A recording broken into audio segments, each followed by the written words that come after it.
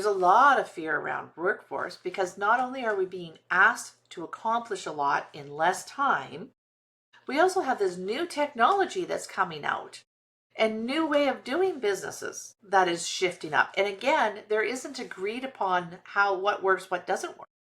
The people that are out there telling you this is the way it is and where it has to be, there's plenty of them out there, but most of them are still operating on the old way of doing business, which was much more simple than how it is today, right?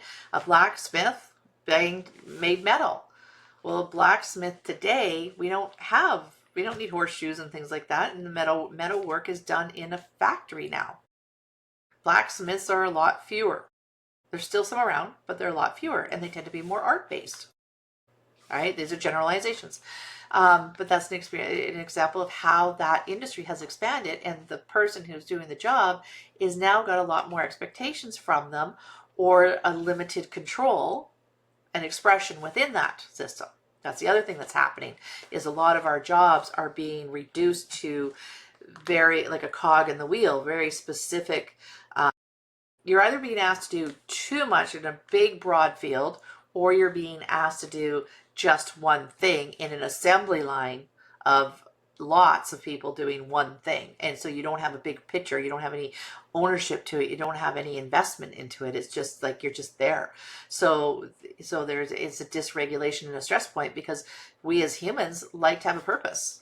We like to know where we're going, right? And we like to serve into the collective. That's our nature. That's how we begin. That's one of the foundations of being happy, is how we give back. And so that has changed. Our workforce has changed. And there's also in the workforce, there's so much new technology coming out and new ways of doing things.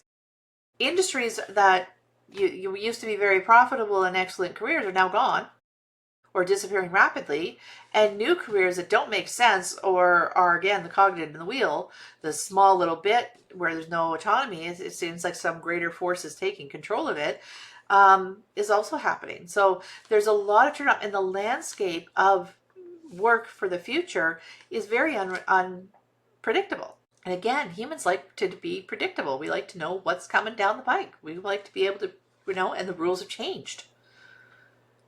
And so our bodies are feeling that change. And yet at the same time, it feels like we can't identify it because there is no rules yet. There's nothing that's saying this is what's changed, this is the new. It's just sort of stacking up and expanding out of the old, and there hasn't been a new structure in place of what it's going to be. We're still in transition.